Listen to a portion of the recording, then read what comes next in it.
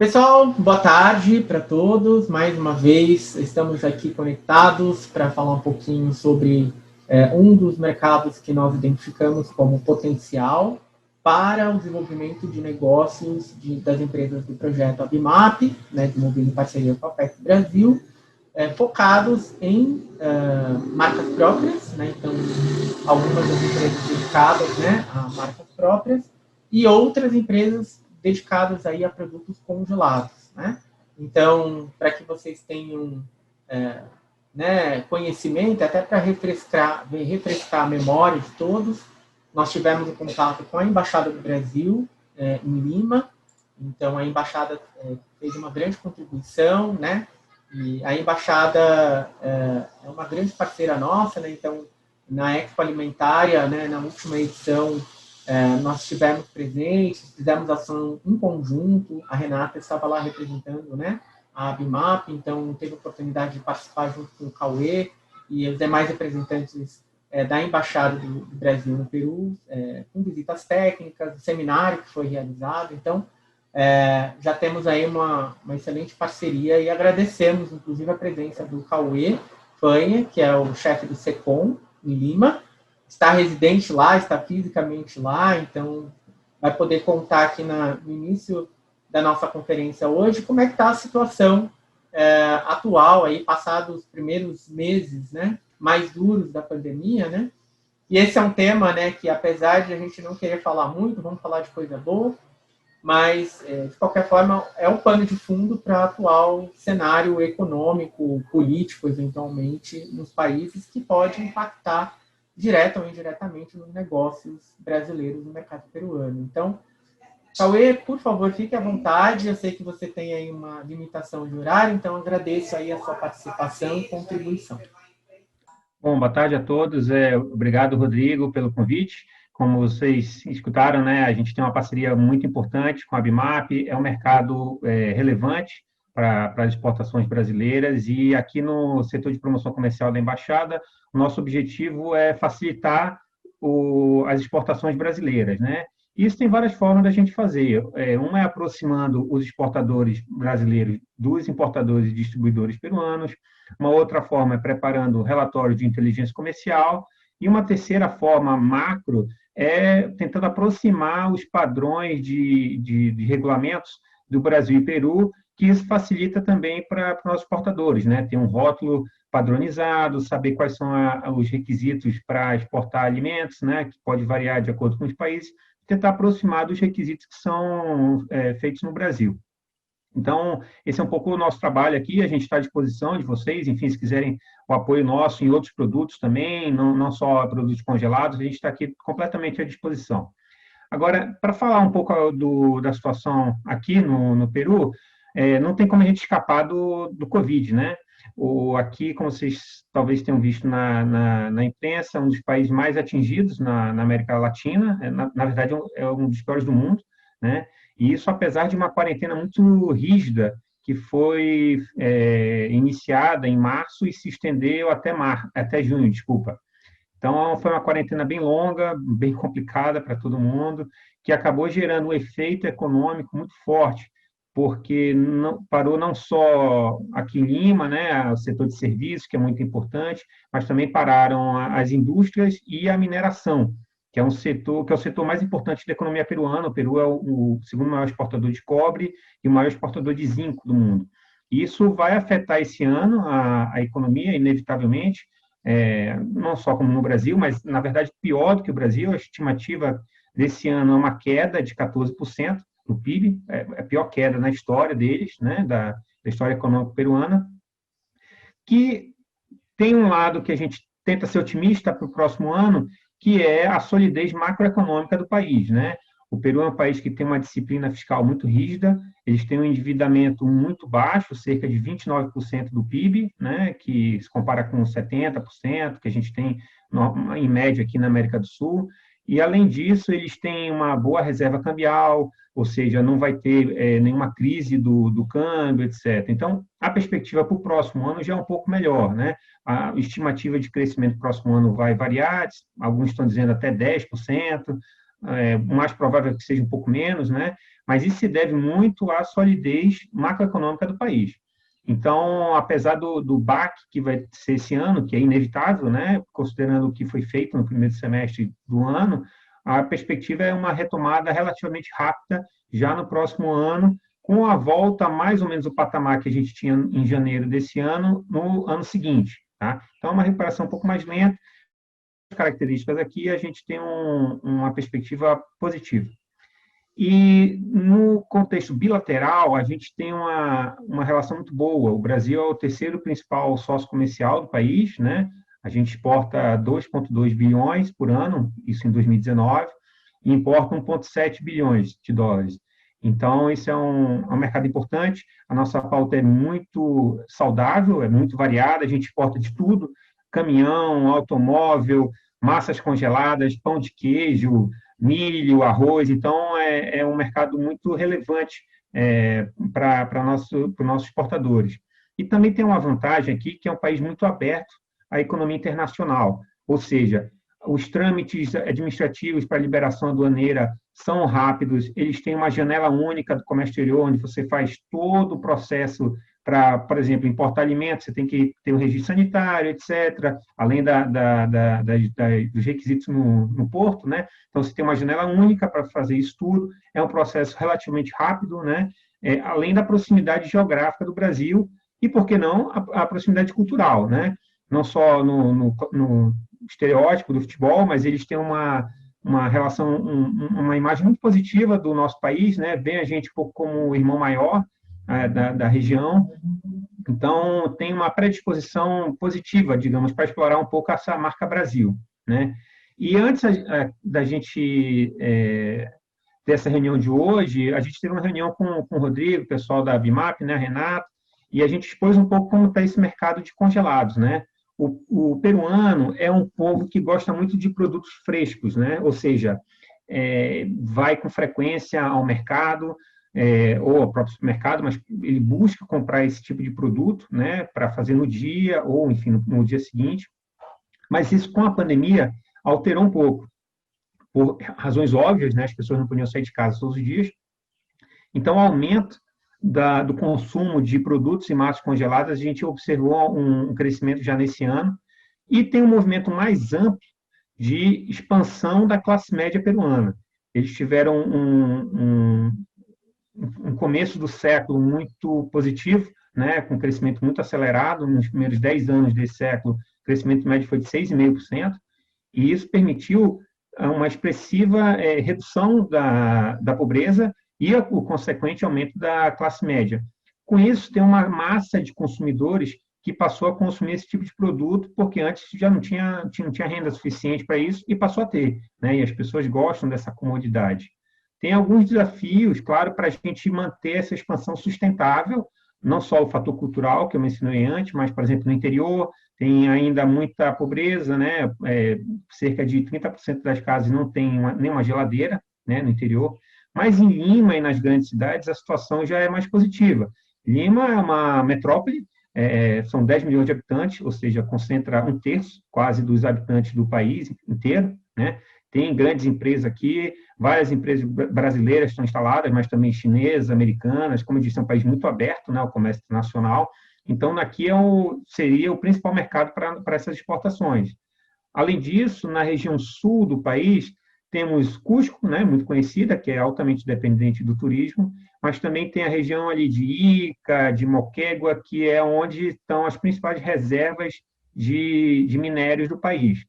Então, pode ser também interessante explorar ali algo como, por exemplo, fornecer para as minas, né? Elas são muito isoladas, então as pessoas têm que levar tudo de fora, não tem nenhuma produção de alimentos no local, então talvez seja algo interessante para poder ser explorado, né? A gente tem comentado isso com alguns exportadores brasileiros de alimentos, né, de carne, etc. E para o setor de vocês, dada a facilidade do transporte, né, do armazenamento e distribuição do produto, que é um pouco maior do que, por exemplo, uma carne resfriada ou congelada, pode ser um mecanismo interessante, né, para a gente explorar o potencial econômico do país.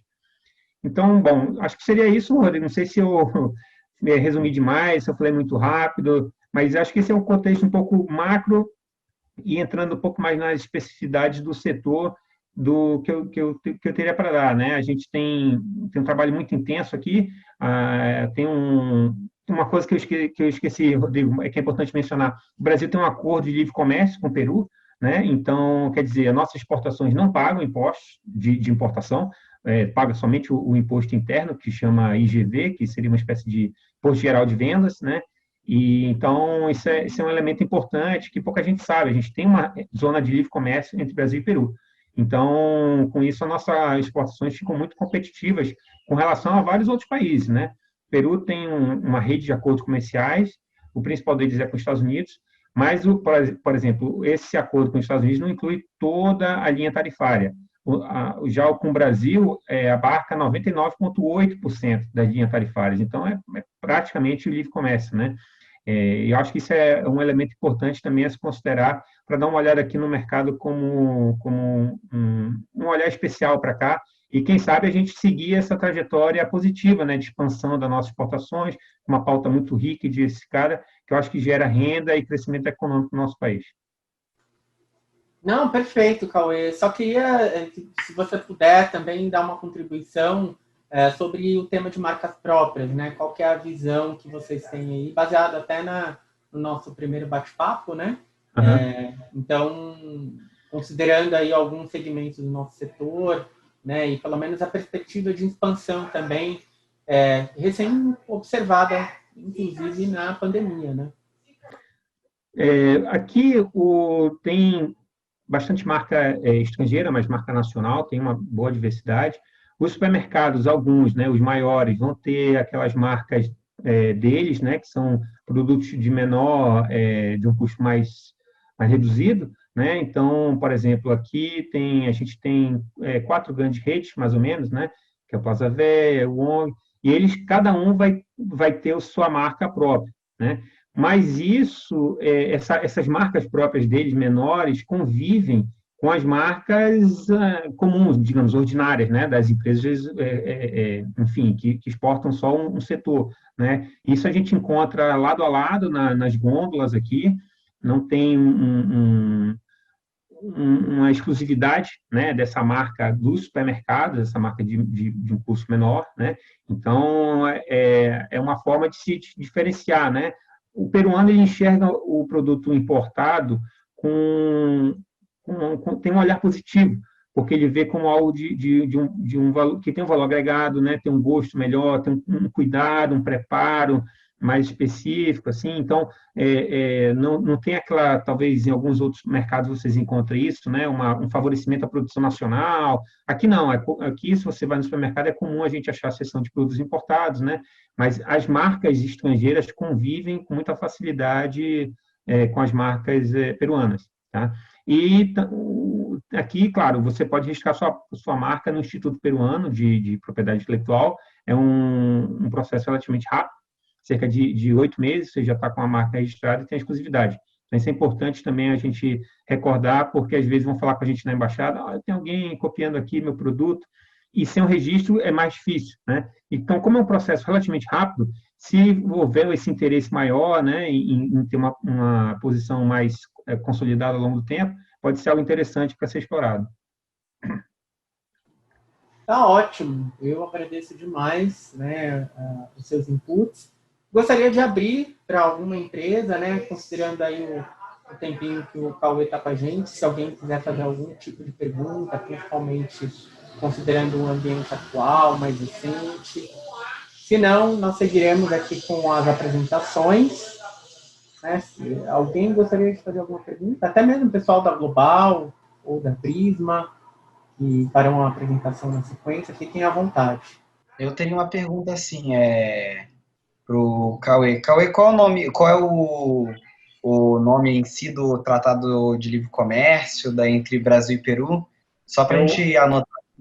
Claro, é o ACE 58, Acordo de Complementação Econômica 58, do Mercosul, né, por razões óbvias, com o Peru, e ele entrou em vigor em 2007, se eu não me equivoco, mas o cronograma de desgravação tarifária para os produtos brasileiros terminou em janeiro do ano passado. Isso porque a gente tem um prazo mais longo, porque a nossa economia é mais competitiva, né, que a deles. Então, a gente teve um prazo mais longo, mas desde janeiro do ano passado, todos os produtos brasileiros, tirando aqueles de Zona Franca, né, de Manaus, eles gozam de 100% de redução no imposto de exportação. Tá? É o acesso 58. Muito obrigado. Bom, Rodrigo, por favor, Vitor. eu ia fazer um apontamento aqui, até que foi de uma das pesquisas que nós realizamos. Eu acho que pode ser interessante até desse contexto da pandemia. A gente, nas nossas pesquisas, nosso projeto, a gente identificou também que tem 2 momentos, né? O momento, por exemplo, antes da pandemia, onde as compras nas redes de varejo eram realizadas mais para consumo imediato, então era essa frequência de compra maior, né? E talvez a quantidade, o volume de produtos que seriam menores, né? E por questões óbvias, por conta da pandemia, houve essa troca, né? A frequência diminuiu e o volume de compra aumentou. Isso até durante o período de maio a julho, né? Que foi esse período que está mais restrito, inclusive, no Peru. Eu queria saber de você se tem alguma previsão para depois, né? O pós-pandemia.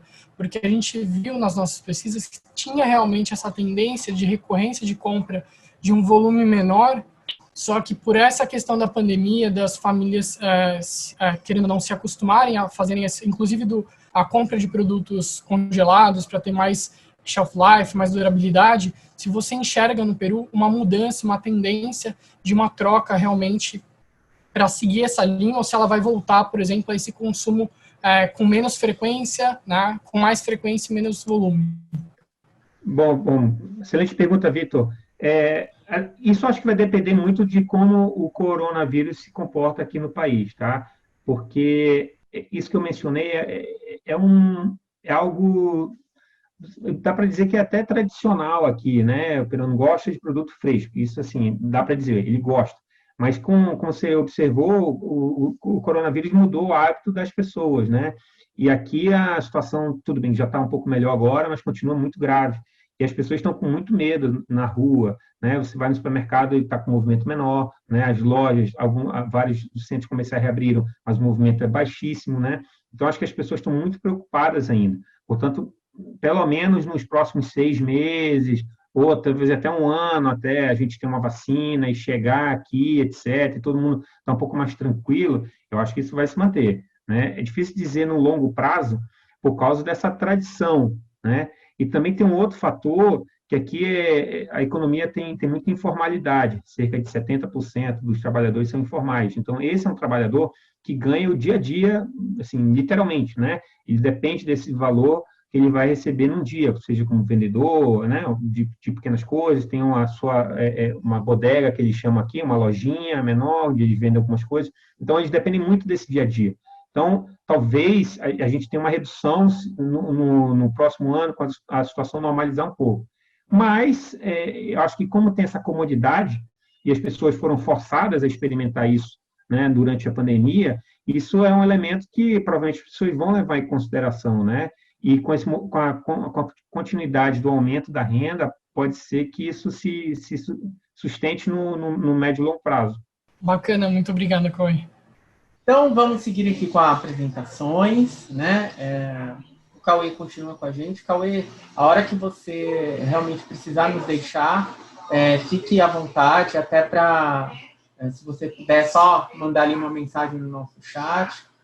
Nós temos o contato do nosso SECOM em Lima, até mesmo do próprio Cauê, então alguma empresa havendo necessidade, alguma demanda específica em relação ao mercado peruano, certamente é uma equipe super ágil, responde rapidamente às nossas demandas, então um excelente parceiro realmente para nós na associação, e claro, para vocês, empresários, né, principalmente no nosso setor, que já tem uma tradição em exportar para o mercado peruano, né? Então, obrigado mais uma vez, Cauê, pela sua presença.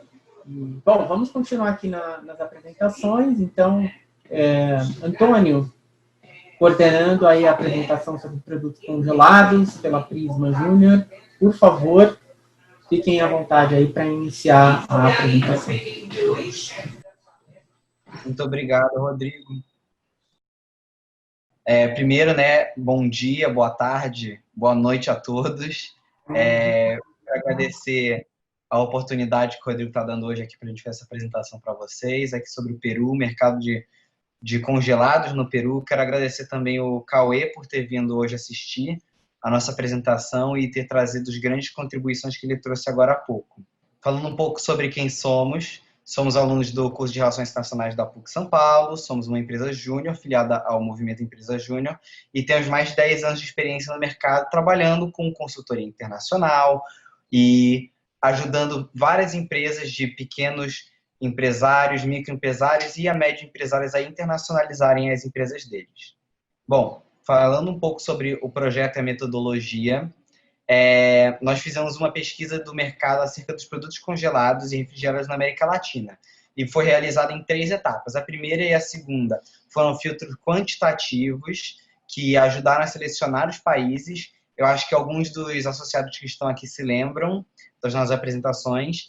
E, por fim, a terceira etapa é essa daqui, sobre uma apresentação qualitativa dos países, trazendo mais informações em específico sobre eles. Para formar essa terceira etapa, nós fizemos entrevistas com as empresas da área do SECOM e com os funcionários da Apex. Também falamos sobre tópicos e os tópicos abordados na pesquisa foram hábitos de consumo, perfil do consumidor, inserção no mercado, questões burocráticas e tarifárias e previsões econômicas do pós-Covid-19. Bom, agora vou contar um pouquinho, né, sobre o perfil do consumidor. Bom, primeiro, né, a característica que mais chama atenção para a gente, como o Cauê falou, é quanto à questão da porcentagem de pessoas morando em áreas urbanas. Chega a cerca de 81%, né, sendo que 1/3 de toda a população peruana ela é concentrada em Lima, que é a capital do Peru. Apresenta um PIB modesto, então esse PIB ele repercute bastante na questão que o Cauê também já mencionou sobre a posse de eletrodomésticos, principalmente no que tange a eletrodomésticos não essenciais. Então a gente pode considerar como, por exemplo, micro-ondas ou freezers especializados. E, por fim, a gente tem também a questão do desenvolvimento do setor turístico, como já também mencionado na região de Cusco, que tem aí tido uma constante crescente, né? A gente tem que ficar bastante atenção nesse período pós-pandemia, qual que vai ser o desenvolvimento desse setor em específico dentro do Peru, considerando que antes da pandemia ele estava aí numa constante. Quanto aos pontos positivos, primeiro, né, a questão do consumo do peruano, que já tem aí uma familiaridade com produtos congelados. Então, já há inserção de produtos congelados no Peru e já há inserção também de produtos semelhantes à cultura brasileira. Então, a gente tem, por exemplo, a questão do pão de alho e do pão de queijo, que, adaptados à cultura peruana, fazem bastante sucesso lá. Então, a questão, por exemplo, do pão de alho, ele não é servido como aqui, que vem em churrascos. Ele tem mais aí uma presença na hora de se comer junto com pizzas e comidas mais que você come com a mão, né? Que você chama de finger foods. E a gente também tem uma tendência de compra de congelados em classes mais altas. Então, a gente viabiliza a venda de um produto mais caro, porque você tem uma maior tendência de compra entre essa juventude de classes mais altas dentro do Peru. Quanto a pontos negativos, né? Como eu falei anteriormente, os pontos negativos, eles se baseiam muito na questão de poder aquisitivo do peruano e da presença de eletrodomésticos não essenciais. Então, você tem uma margem de 28% possuindo freezers, 27% possuindo micro-ondas, que aí chamam a atenção para a forma de preparo e o tempo de preparo que é necessário para as comidas congeladas, né? Então, pensar um pouco em alternativas práticas que não façam uso de micro-ondas, por exemplo. E aí também a gente tem somente metade da população que apresenta refrigerador e geladeira, né, na residência, fazendo com que o foco na hora de preparo de comida seja no eletrodoméstico do fogão. E a gente também tem outras empresas estrangeiras que eu coloquei aqui como ponto negativo, mas é um ponto bastante ambíguo, né, nesse sentido de negativo e positivo, porque eles podem representar uma competição dentro do país, mas eles também dão uma experiência para a gente de como é possível a inserção de empresas estrangeiras no Peru, né, e podem servir para a gente como case de sucesso, de assertividade na hora do marketing, na hora da propaganda, na hora da venda em si desses produtos no Peru.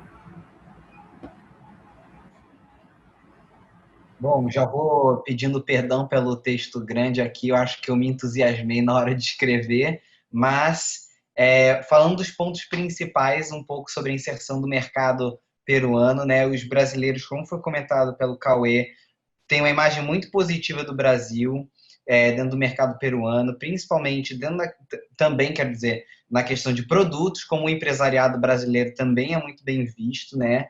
Só que o setor de congelados ainda é pouco explorado no país, né? Ainda tem muito a ser desenvolvido e o único produto que realmente apresenta um consumo consolidado é o pão de alho, pelo que foi nos apontado pelo Secom. A melhor estratégia de inserção que a gente acaba percebendo é realmente, que nem a Débora citou, nas áreas de concentração populacional, como Lima, Arequipa e Cusco, sendo Lima o local de maior concentração de pessoas no país, e com o consumo de congelado também não é diferente. A capital é o foco de consumo desse setor. Porém, como também dito pela Débora, é muito focado o consumo de congelados nas classes mais altas, principalmente se localizando nos bairros mais ricos de Lima, como, por exemplo, o bairro de Miraflores. Mas há um surgimento surge uma oportunidade agora durante a pandemia, né? Já que foi mostrado que as comidas congeladas cresceram por volta de 570% no país, né? Então o consumo deles cresceu exponencialmente, e que a gente detecta que para inserir os produtos brasileiros, principalmente nesse momento de oportunidade, que precisa de uma formulação de uma boa publicidade, com foco inicial nas localidades de maior mobilização populacional e levando em consideração os aspectos socioeconômicos, principalmente da cidade, e regionais, principalmente também na questão de que a população se localiza nas grandes cidades. Pode passar. Só fazer um comentário, Antônio, em relação a esse ponto do pão de alho, considerando, inclusive, né, o diálogo que nós estruturamos com a embaixada, né, em Lima, né, a contribuição do Cauê e da equipe, né, do Secom, nessa primeira conversa que nós tivemos, nós já tínhamos observado essa questão do pão de alho, né, e foi, inclusive, um elemento importante em que fez com que nós estruturássemos uma das iniciativas que nós criamos nesse período da pandemia, que são diálogos empresariais, né? Ou seja, um empresário da associação, né, que faz parte do nosso programa de exportação, apresentando para um grupo de potenciais importadores, distribuidores do mercado. Então, foi o que a gente fez em relação ao mercado peruano, né, considerando a oportunidade latente, né? E só para fazer um parênteses, né, que o pão de alho é consumido de forma bastante artesanal ainda, né? Então, ainda não se vê o produto como nós temos aqui no Brasil, como acho que a Débora comentou, que a gente encontra na gôndola do supermercado na área de refrigerados, né? Então, nós temos alguns associados que fabricam, né, pão de alho disponível no varejo, e o peruano ainda não está habituado a esse tipo de produto disponível, por exemplo, para compra, principalmente na área de refrigerados. Então, apesar da oportunidade, é necessário, né, um cuidado da empresa brasileira. No caso, até o diálogo foi feito com a Santa Massa, né, que é uma empresa dedicada ao pão de alho, né, entre outros produtos do portfólio da empresa, mas justamente um cuidado que a empresa teria que apresentar esse produto, né? Porque como o Cauê mencionou, né, o peruano ele está muito habituado ainda com o consumo de produtos frescos. E aí é o caso do pão de alho, ele está habituado a fazer o pão em casa, ou então comprar um pão de alho, mas um pão de alho artesanal, pão de alho pronto, né, fresco, e não o refrigerado, que aí precisa passar pela segunda etapa do forno, etc., para ele ficar apto ao consumo, né? E o tipo de consumo, né, como a Débora lembrou, então é um produto que está muito mais ligado, né, aos assados, né, ou no caso ao churrasco brasileiro, mas que no Peru não seria esse o principal ponto de conexão, né? Então seria muito bacana a gente mencionar isso, né? Para que a gente possa complementar que há oportunidades para desenvolvimento do produto, né?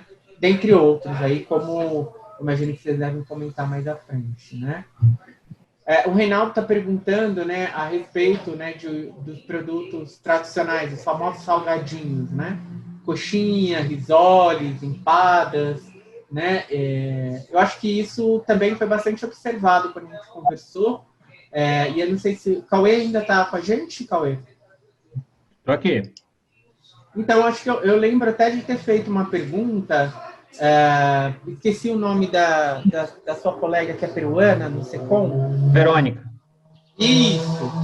E aí eu cheguei até a perguntar para ela, né, o que era consumido nas festas, né, festa de aniversário, festividade de uma forma geral, e normalmente esse é um tipo de produto, por exemplo, coxinha, risoles, são produtos típicos do Brasil que o peruano não está habituado a consumir esse tipo de produto, né, nesse período de festas, né. Só se você puder complementar.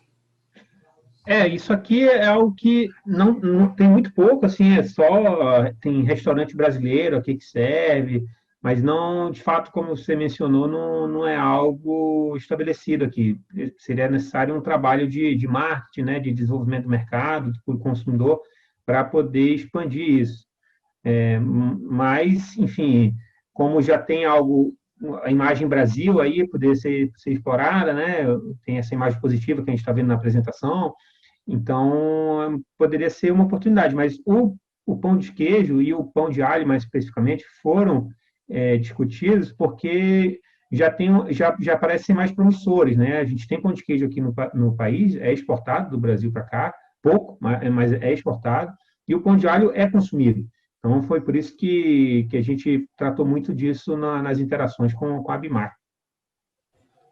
Só para fazer um comentário adicional, né? O Reinaldo está me perguntando a respeito, né, do desenvolvimento desse segmento. Sim, só lembrando, né, que é um produto, seja coxinha, seja risoles, quando tem um conteúdo de origem animal, o processo de registro no Peru é um pouco diferente dos demais produtos do setor, que não tem conteúdo de origem animal.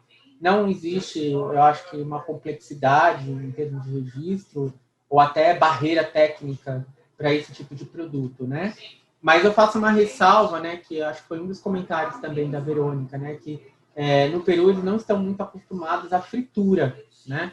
Então, por exemplo, a coxinha, o risole são salgadinhos fritos, né?